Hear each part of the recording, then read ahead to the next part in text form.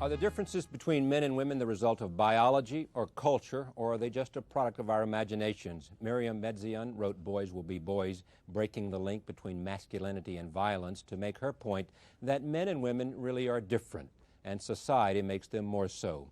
And Fausto-Sterling wrote Myths of Gender to say there are essentially no real differences between men and women, that culture creates those that we do perceive.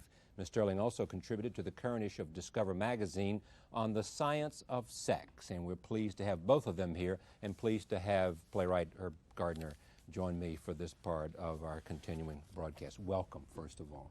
It's nice to have both of you here. Good to be here. Tell me what it is. You know, this is a subject that I've wanted to do for a long time, you know, and because it is frequently coming up in our culture. What are the essential differences between men and women, and how are they impacted by our culture?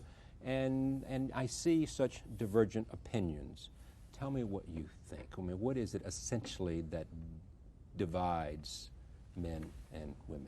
What is the gender distinction that we ought to... Okay. First of all, I have to say I come to this from a fairly limited perspective. I set out to write a book on how we can change the socialization of boys to decrease violence. And I found a lot of people saying, oh, what a waste of time, you know, boys will be boys, testosterone, we know why they're violent, there's nothing you can do about it.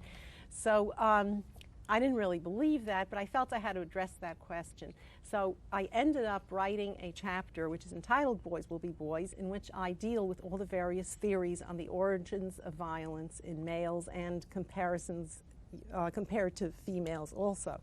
And I ended up spending a full year on that particular chapter, and I have 16 chapters in my book, so you can see that it was a little out of keeping with the rest of the book. I'd still be at it.